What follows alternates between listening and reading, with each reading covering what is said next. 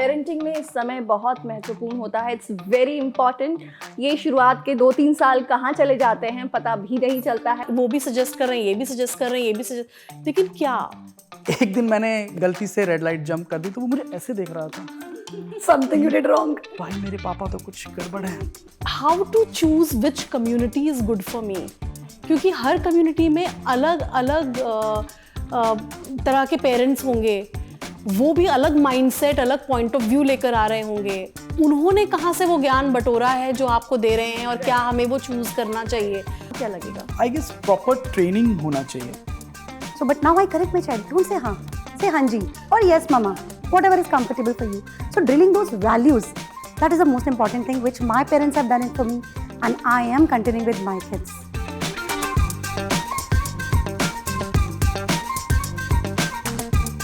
Hi, this is Vartika here. I'm a mom of 3 years old, a journalist, and now co-founder in Astrology.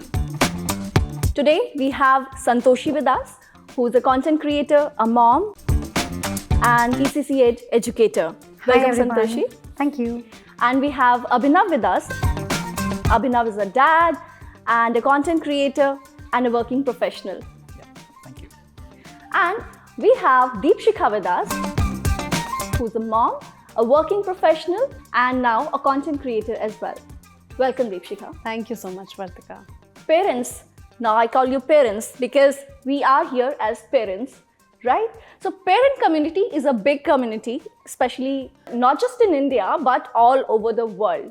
तो आपको क्या लगता है कि कम्युनिटी कितना इम्पोर्टेंट पार्ट होता है पेरेंट्स के लिए? पेरेंट्स बनने से पहले ही कम्युनिटी ज्वाइन करनी चाहिए। After becoming parents definitely you learn, but before if you join you would learn कि कैसे आपका पूरा पीरियड जाने वाला है once you become the parent, because there are so many tips and tricks. For example, how to potty train your child, what to do when the child is crying, how would you know कि child is hungry or is crying out of colic or some other issue is there, why is child behaving in a certain way. So there are so many tips, tricks. I think you should study. It's like, you know, how you study before your exams. So you should study before your exam. That's how it is. So pregnancy में ही आपको ये सारी चीज़ें करनी चाहिए, so that when the outcome is there you are not bothered at all. Exactly. Abhinav, you are a working professional, you are a cricket broadcaster. I'm sure आपकी life काफ़ी busy रहती है.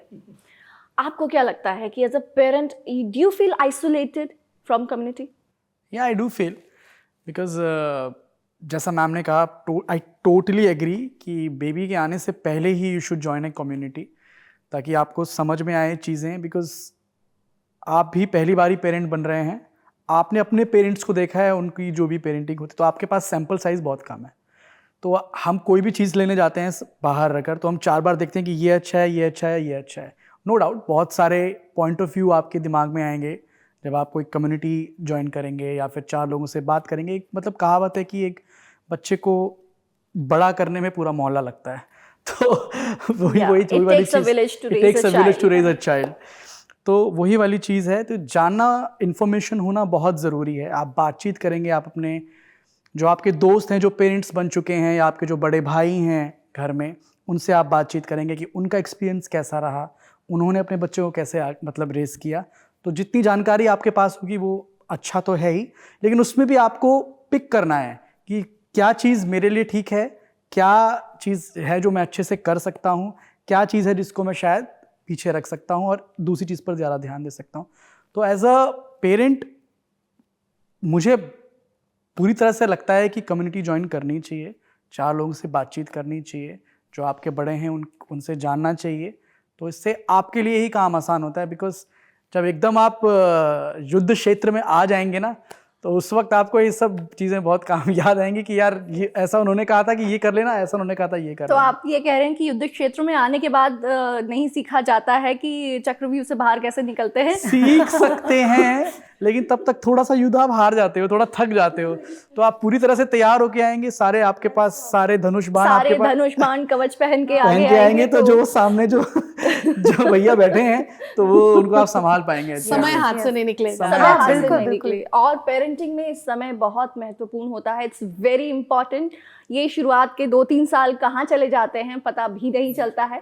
और वो जो इतना सा बच्चा हाथ में आया होता है, वो 3 साल में चलने, दौड़ने और कूदने लगता है। तो हमें ऐसा लगता है कि अरे कल की तो बात थी, अभी तो हम इसको डिलीवरी रूम से लेकर आए थे। करेक्ट यू, और हमें भी सिखाने लगता है। अच्छा, बहुत जल्दी वो समय भी आता है है ना, हमें भी सिखाने लगता समय है, भी यू आर आता है। डूइंग रॉन्ग मम्मा, ऐसा नहीं, ये ऐसे होता है।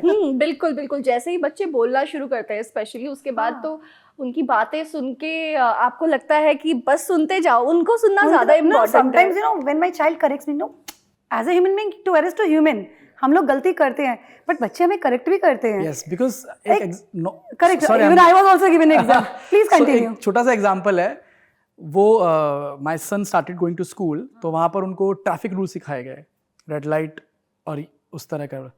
तो एक दिन मैंने गलती से रेड लाइट जंप कर दी, तो वो मुझे ऐसे देख रहा था कि भाई मेरे पापा तो कुछ गड़बड़ है, पाप किया इन्होंने। तो उस दिन के बाद मैं मेक श्योर करता हूँ कि चाहे कुछ भी हो जाए, मैं बिल्कुल प्रॉपर उस तरह, मैं उससे पहले भी करता था, लेकिन उस दिन कुछ जल्दबाजी में क्या कर दिया। तो बच्चे आपको प्रॉपर सिखाते हैं, वो आपको हर टाइम जज कर रहे होते हैं। सिखाए हुए रूल्स ही नहीं है एक्चुअली, आप उनके लिए जो घर में रूल्स बनाते हैं वो भी वो आपको पॉइंट आउट करेंगे। I tell you what, Right. So I use my mobile phone like when they are on the bed. So we have a habit कि हम लोग सोने से पहले I would really talk to my both the daughters. How was your day? क्या किया, क्या नहीं किया? Something good, something bad. And लोग फिर लेटते बात करते हैं. I'll turn on my mobile and swap. आज क्या हुआ है? Okay, updating. Mama, you say when you are in bed, we are not supposed to check the phone. Why do you do this every day? Right. So there she is pointing me, and I'm training her not to do this, and I'm myself doing that. So see how they are catching the things which we are telling them, and we are continuously doing that thing on the other hand.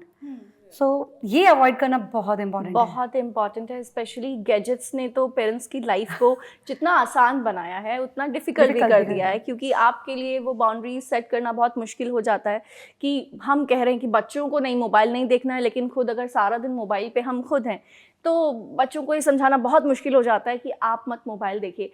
आप दीपशिका, मैं आपसे ये जानना चाहूँगी कि हम बात कर रहे थे कि वन चैलेंजिंग एरिया आपके लिए जो सबसे ज़्यादा चैलेंजिंग रहा वो क्या था, और प्लस अभी मैंने जो संतोषी से पूछा कि एज अ मदर आप कम्युनिटी को कितना मिस करती हैं, as a working mom, as a professional mom, because stay at home mom होती हैं या होम मेकर्स होती हैं, उनके पास शायद अपने आसपास की कम्युनिटी से मिलने का और एंगेज करने का शायद ज़्यादा टाइम होता है। As a working professional, what do you say? तो इस पे मुझे ऐसा लगता है कि ज़रूरी नहीं है कि वर्किंग मॉम हूँ इसलिए मिस आउट कर रही हूँ, बिकॉज आजकल तो सोशल मीडिया पे या डिजिटली भी आप कनेक्टेड रह सकते हैं कम्युनिटी से।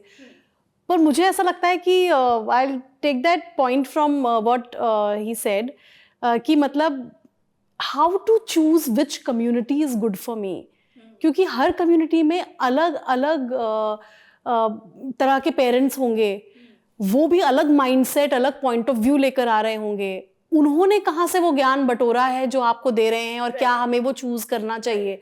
तो वो मुझे थोड़ा ऐसा लगता है कि सेफली करना चाहिए। बट हाँ, अगर आपने वो चूज़ कर लिया या वो पर्टिकुलर वहाँ उस कम्युनिटी से आपको ये अच्छा मिल गया, वो अच्छा मिल गया, तो उस वे में कम्युनिटी भी अच्छी है, बिकॉज आपको फिर नॉलेज कहाँ से आएगी। आपने बहुत बहुत इम्पॉर्टेंट बात यहाँ उठाई है, जो कि सही कम्युनिटी को चूज़ करना उतना ही इम्पॉर्टेंट है जितना कि आपको अपने बच्चे के लिए अपनी जिम्मेदारी निभाना इम्पॉर्टेंट है। बिकॉज अगर आप सही कम्युनिटी चूज़ करेंगे, सही पेरेंट्स और सही इन्फॉर्मेशन के साथ अगर आप अपने बच्चे के लिए कुछ करते हैं तो वो उसके लिए बहुत बहुत अच्छा हो सकता है। लेकिन वहीं अगर आपने किसी ऐसी कम्युनिटी के एडवाइस ले ली जहाँ पे शायद वो सब्जेक्ट मैटर एक्सपर्ट्स नहीं हैं, या फिर उनके पास साइंस बेस्ड और ऑथेंटिक नॉलेज नहीं है, तो कहीं ना कहीं नुकसान भी उठाना पड़ सकता है और ये बेनिफिशियल भी नहीं रह सकता है। और इसके अलावा अगर मैं बात करूँ, हम लोग एक इंसान के तौर पे अपनी अपब्रिंगिंग के प्रोडक्ट्स होते हैं, राइट? और हमारी जैसी अपब्रिंगिंग होती है, उसका इम्पैक्ट हमारे बच्चों पे पड़ता है 100%, राइट?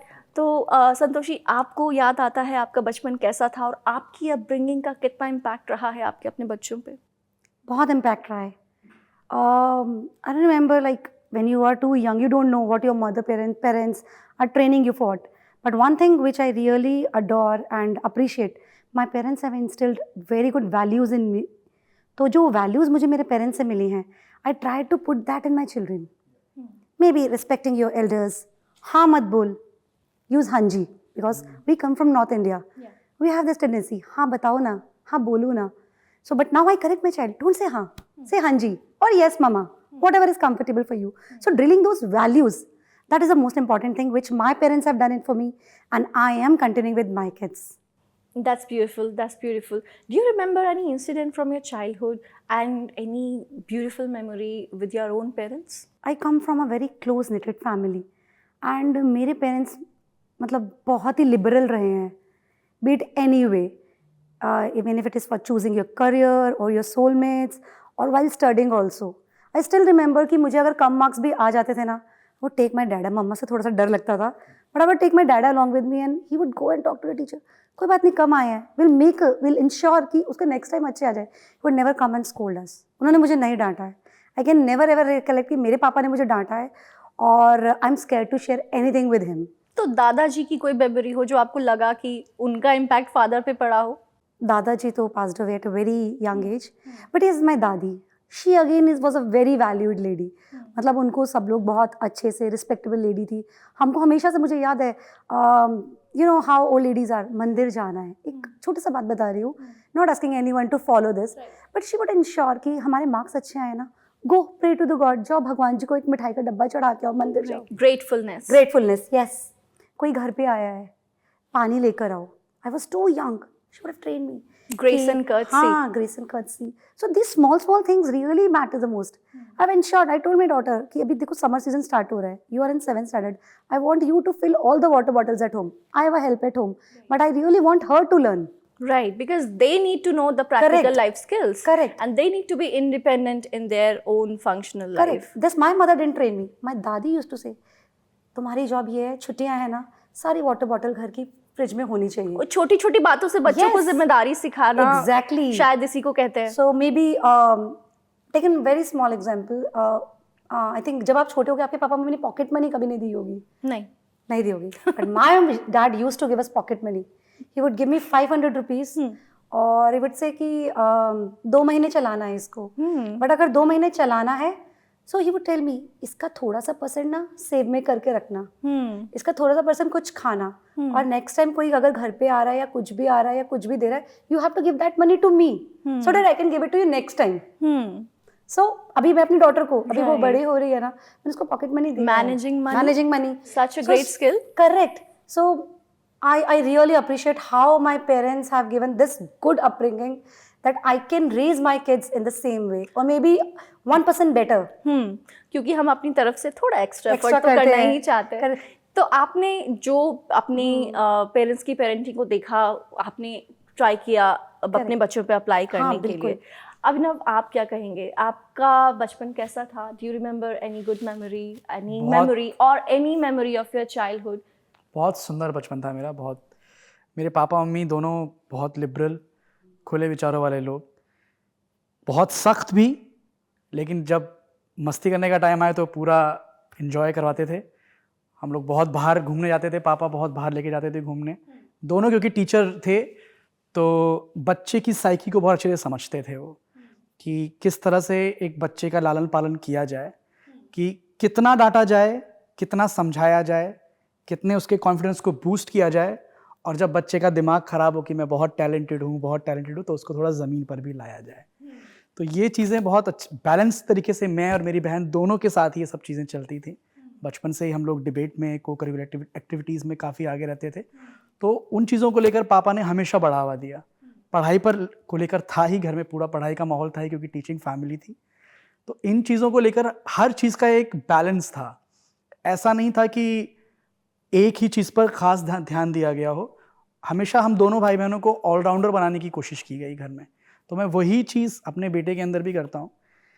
आजकल हमारे ज़माने में थोड़ा ज़्यादा था मार्क्स, आजकल शायद वो थोड़ा कम हो गया है. पेरेंट्स थोड़ा इस तरह का कंटेंट भी आ गया है, मूवीज़ भी इस तरह की आई हैं, लोग उस तरह उन मार्क्स वाले रेस से थोड़ा ऊपर उठ के सोच रहे हैं. तो मैं भी उसी तरीके से सोचता हूँ.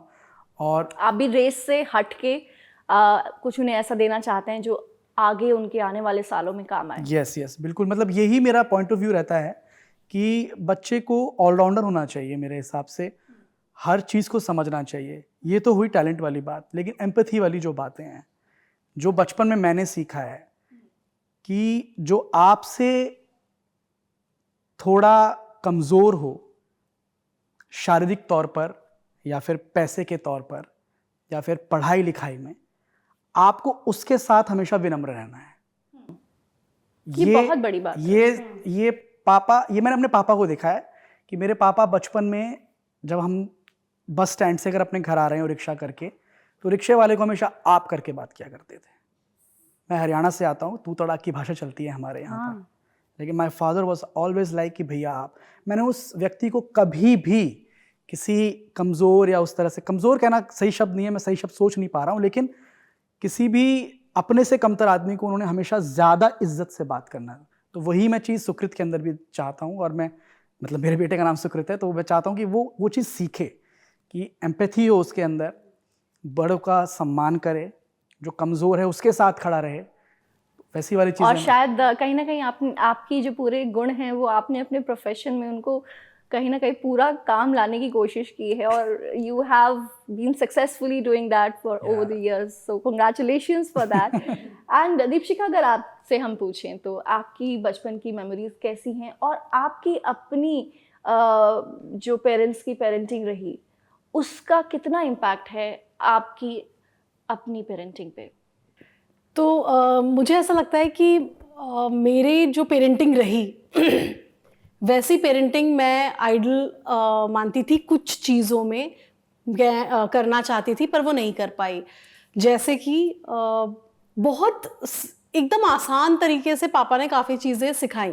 तो अगर 1 to 3 ईयर के ब्रैकेट की मैं बात करूँ तो यूजुअली याद नहीं रहता है उस टाइम का, पर जो चीज़ें मुझे याद है कि क्योंकि वो अनकॉन्शियस मेमोरी में चला जाता है। Exactly. ये बहुत कम लोगों को पता है एक्चुअली। Right. Two brains. हाँ, Conscious, unconscious. really, so birth to 3 years is unconscious Conscious. memory, and 3 to 6 years is the developing conscious memory, and वहाँ बच्चा ज़्यादा इंडिपेंडेंट हो जाता है। पर दीपशिका आप कुछ कह रहे थे। तो मम्मी बताती हैं कि पापा भी बताते हैं कई बार, तो वो फॉर एग्जाम्पल अभी मुझे जो याद आ रहा है वो जैसे ए है, अब वो ए को क्या करते थे कि वॉल पे ठोक देते थे कि ये ए रहेगा जब तक याद नहीं हो जाता। तो वो ए रहता था उस बड़ी सी वॉल पे, और फिर वो क्लास चलती रहती थी जब तक मैं ए अपने आप से स्पॉट ना कर लूँ। न्यूज़पेपर आ रहा है तो ए, कहीं भी बाहर जा रहे हैं ए, तो सिर्फ कैपिटल से शुरू किया था तो ए, जब मैंने देख लिया, उन्होंने देख लिया कि जब मैं उसको करने लगी कि ए स्पॉट करने लगी, फिर नेक्स्ट उसके साइड में ठुकता था बी। तो इस तरह से वो कराते थे। That means That's learning by seeing. right, visual memory. Visual memory, yes. तो जब मैंने जैसे व्हीकल्स सीखने शुरू किए या एनिमल्स, वो तो मुझे याद है कि वो जाके रोड पे मुझे गोदी लेके खड़े हो जाते थे और बताते थे बस बस, सिर्फ बस, और कोई चीज नहीं, बस। जब बस रट जाती थी तब मे बी कार और डॉग, ये ऐसे चलता था। तो आई थिंक मतलब लर्निंग बाय सीइंग और Correct. प्रैक्टिकली बच्चे को दिखा के Visual learning. विजुअल सिर्फ किताबों में बच्चा बस नहीं देख रहा है, बस नहीं देख रहा रहा है है, बस को जाते बस हुए। वो एक छोटी सी पिक्चर में बनी हुई है। हाँ। और बच्चे को क्योंकि साइज प्रोपोर्शन का आइडिया नहीं होता है उस छोटी एज में। बुक्स में मैं कहूंगी कि उनका कहना था कि बहुत अननेचुरल रहता है कई बार। Right. डॉग को पिंक दिखा देंगे, It's actually a very Pink good होता way. नहीं That's है। called the practical way of learning. Right, and That is what he's doing. Right, and it's not just practical way of learning. It's also about keeping the reality close to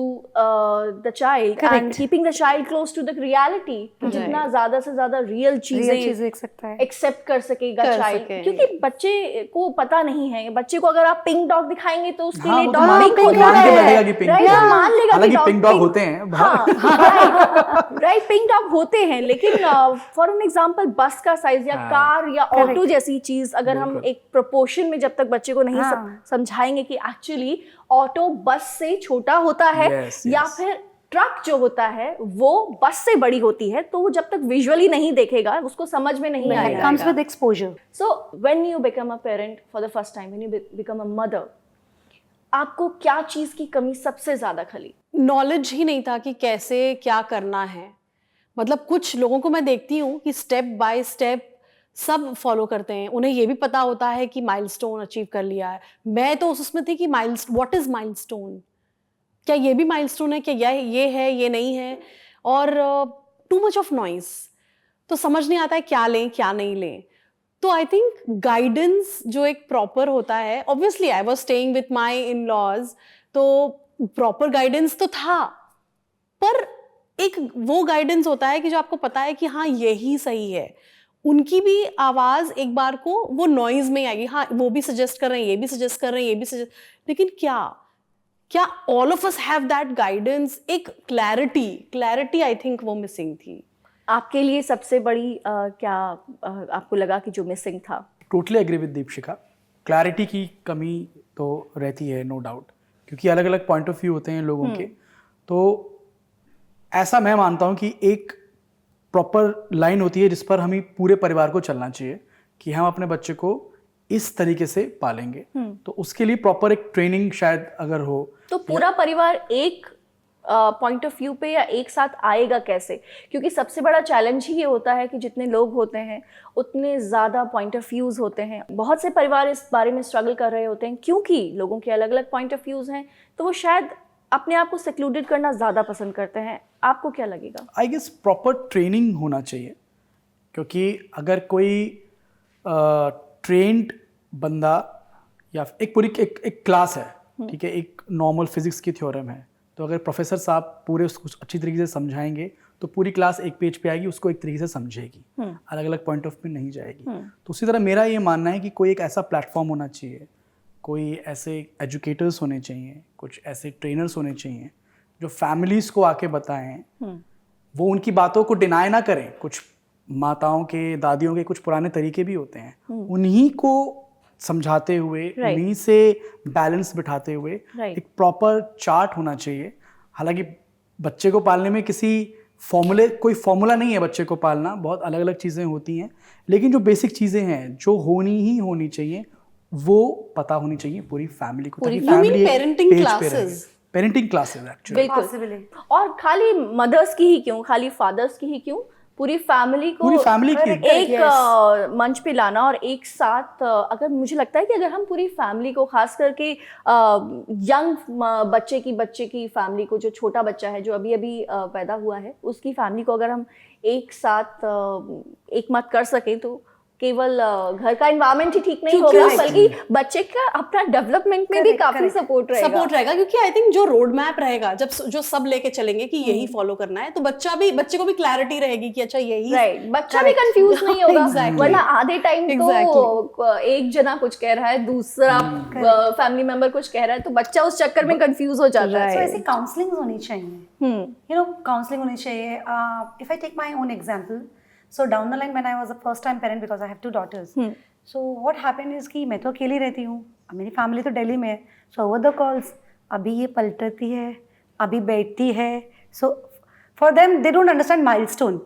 We now understand this is a milestone, like crawling is a milestone, sitting, walking, this is a milestone. So when I would go to my doctor, he had a chart and he had given that chart to me. So 3 to 6 months the child should achieve this. Even if the child has not achieved, the doctor would never scare me. I'm so glad that he was my doctor. Right. He would always say कि अगर इसको नहीं आया ना, don't worry, some children are little late, maybe in 6 to 9. And you won't believe, my child never crawled, never ever crawled. She would sit and she would, walk on her bums like this. Okay. So आजू बाजू सब लोग कि ये crawl नहीं करती, ये problem है, इसका ऐसा हो जाएगा, back tilt हो जाएगा.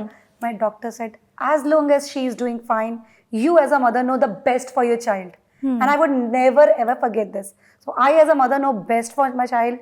I know what my instinct says, how she behaves, and if she is doing fine, I am actually fine. So my doctor was the one person whom I trusted blindly until date. अगर अभी भी कुछ भी होता है ना, I would rush him to him. मुझे आपकी बात से एक बहुत अच्छी बात याद आई। एक्चुअली मैं एक डॉक्टर से ही बात कर रही थी और उन्होंने एक बहुत इंटरेस्टिंग सी बात कही। उन्होंने कही कि बच्चा अगर हॉस्पिटल में आया है और अगर मदर ठीक है, मदर बहुत ज़्यादा स्कैर्ड नहीं है, दैट मीन्स कि बच्चा ठीक है। और अगर बच्चा हॉस्पिटल में आया है और मदर नर्वस है, दैट मीन्स आप उस चीज़ को सीरियसली लें।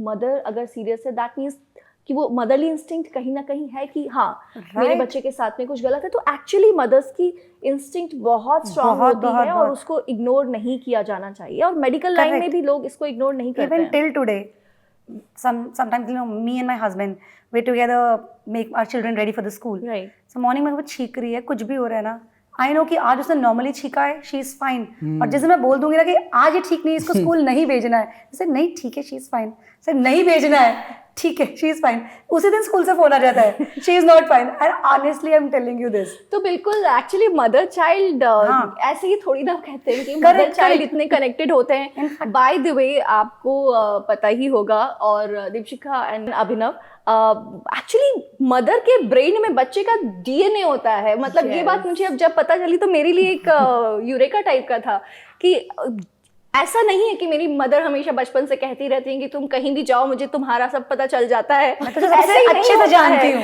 मैं तुम्हें सबसे अच्छे से जानती हूँ। I recently read somewhere, और इसका मतलब है कि आपकी नानी परनानी सबका आपके अंदर moms are so confident. Moms are so confident कि बच्चे का डीएनए मदर के कभी ब्रेन कभी खुशी कभी गम में जब शाहरुख खान आ रहा था तो I know what you are going to say now. केवल इतना she ही knew. नहीं, बाय द वे साइंस अभी तक सब कुछ प्रूव नहीं कर पाई है, लेकिन बहुत कुछ ऐसा है जो जानना समझना जरूरी है। लेकिन इस बात को तो जाना जा चुका है कि बच्चे के शरीर में जो माइटोकॉन्ड्रिया होता है वो आता कहाँ से है, मदर से आता है। But I tell you one thing, I'm so sorry I'm interrupting you in between. When we do something, we do learning by doing, right? So when we single-handedly upbring our child, grandfather is there, grandmother is there, but how much time they are spending with the child? Right. You have spent the maximum time. Right. You know when the child cries, when the child sleeps, when particular activity and does even not the happen, child knows that she's Have you approachable one. noticed? No, even not even a year या 2 साल से नीचे भी मैंने ये note किया है अपने ही बच्चे के साथ, they sense कि mother is not happy. She's Right. not looking happy. They sense a lot. upset. They sense a lot. बाकी फैमिली मेंबर्स नहीं रीड कर पाएंगे, but और वो रीड बाय कर द लेंगे। वे शायद हम यहाँ पे पावर ऑफ ऑब्जर्वेशन की बात कर रहे हैं, जो कि मदर्स में बहुत स्ट्रांग होती है, और हम ये भूल जाते हैं कि हमारे बच्चे का ऑब्जर्वेशन कितना स्ट्रांग है। because the child is equally spending the same time with you. Exactly. The way you are spending. Mother understands, ये वाला रोया है तो ये नाटक कर रहा है, ये वाला रोया है तो सही में दर्द में है, ये वाला रोया है तो भूख लगी है या नींद आ रही है, वो रोना भी समझ पाते हैं। बिल्कुल, और बच्चे जिस तरीके से हमें ऑब्जर्व करते हैं हमें पता भी नहीं चलता है। वो ना केवल हमारे रहने और हमारे पहनने ओढ़ने की आदतों को कॉपी करते हैं, बल्कि वो ये भी कॉपी करते हैं कि आपका रिलेशनशिप बाकी फैमिली मेंबर्स के साथ में कैसा था। एग्जैक्टली, आप किस तरीके से पब्लिकली बिहेव करते हैं, कैसे चलते हैं। आपने तो ये किया था, मुझे तो मना करो। I told you we started with this. You are doing the phone and you are saying don't do the phone. No, and then they indirectly start disliking that person. You never told them to dislike, but you notice that अरे मैं शायद ऐसे वो करती हूँ तो you know he or she is noticing and not liking that person. ये भी है, बहुत माइन्यूट है लेकिन है। बिल्कुल, और इस सब चीज को समझने के लिए जैसे आपने कहा कि एक ट्रेनिंग की जरूरत होती है, और वो ट्रेनिंग प्रोग्राम लेकर आ रहा है नेस्टोलॉजी। और आपने बात की थी कि किस तरीके से हम कम्युनिटी की बात की थी, किस तरीके से आपने ट्रेनिंग की बात की थी, फैमिली को एक जगह पे लाने की बात की। कोशिश की जा रही है कि नेस्टोलॉजी इन सभी चीज़ों को एड्रेस करे, और पेरेंट्स के जितनी भी प्रॉब्लम्स हैं और जितना लर्निंग में गैप है उसको, हर टॉपिक को कवर करने की कोशिश की जा रही है। आपने बात की स्लीप की, बात हुई टॉयलेटिंग की। टॉयलेटिंग एक बड़ा मुद्दा है जिस पे कि शायद हर पेरेंट स्ट्रगल करता है, और हम सभी को अपने अपने बच्चों के टॉयलेटिंग ब्लूपर्स याद होंगे शायद। दीपशिका, आपको क्या याद है? कि वो ही यूज्ड टू लाइक बहुत समय तक बस एक जगह टेबल पकड़ के खड़े खड़े किया है।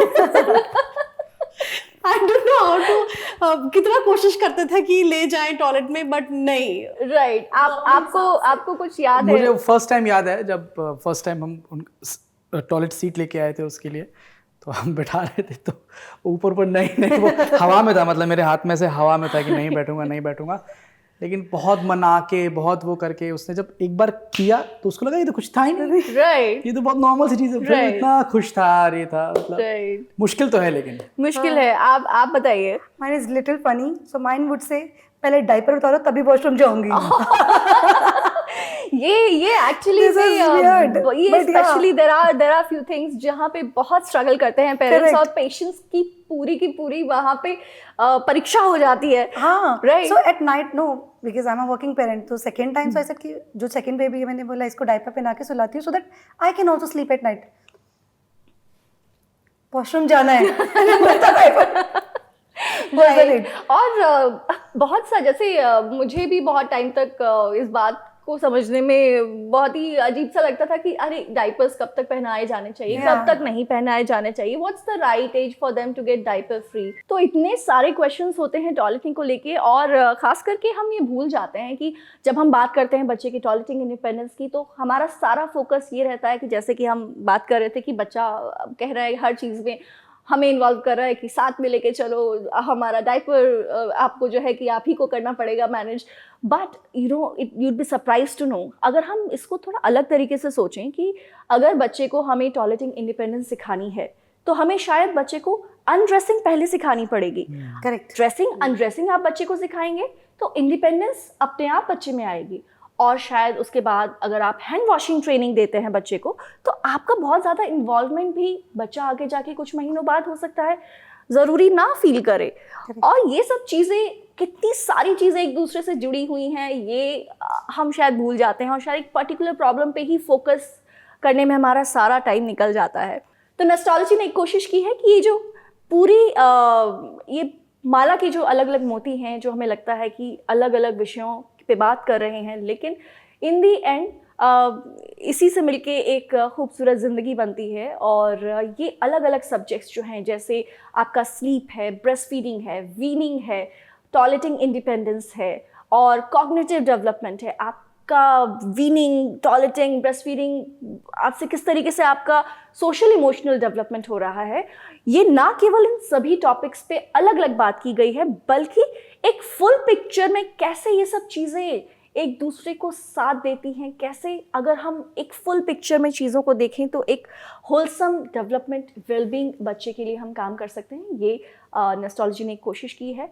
और आप क्या कहेंगी दीपशिखा, किस तरीके से आप इसको देखती हैं?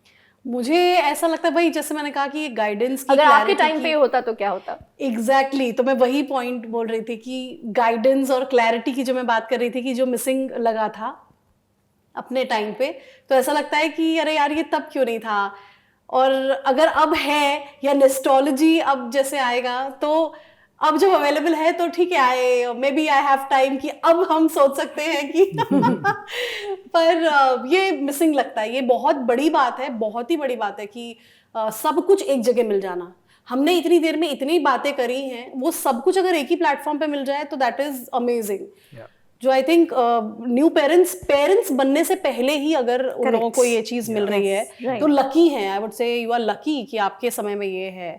आप क्या कहेंगे अपना? मैं तो ये कहूँगा कि बचपन में एक सफलता की कुंजी आती थी, ये तो सफलता की गाइड है पूरी. क्या बात है.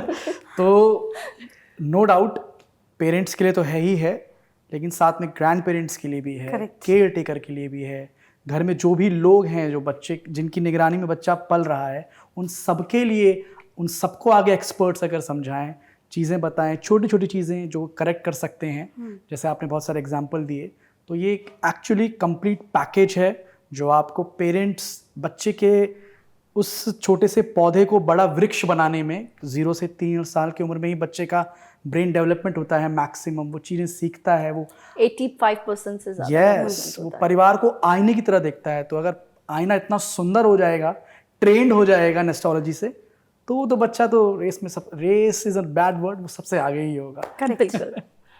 आप क्या कहेंगे? मुझे लगता है कि एक happy family leads to a happy child, healthy child in fact.